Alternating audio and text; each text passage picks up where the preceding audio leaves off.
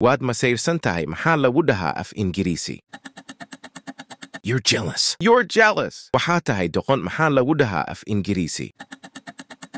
You're a fool. You're a fool. Jooji cabashada maxaa lagu dhahaa af Ingiriisi?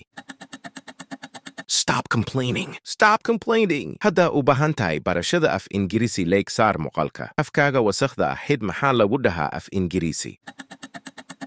Shut your filthy mouth. Shut your filthy mouth. Iga fogow maxaa lagu dhahaa af Ingiriisi?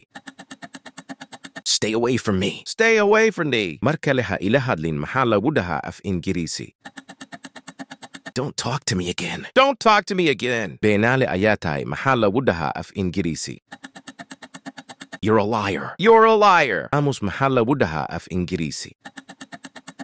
Shut up. Shut up. Tani waa adiga qaladkaaga maxaa lagu dhahaa af Ingiriisi? This is your fault. This is your fault. Waxaa tahay fulay maxaa lagu dhahaa af Ingiriisi? Hadda jawaabta taqaanid nagu soo qor qaybta falada mahadsani.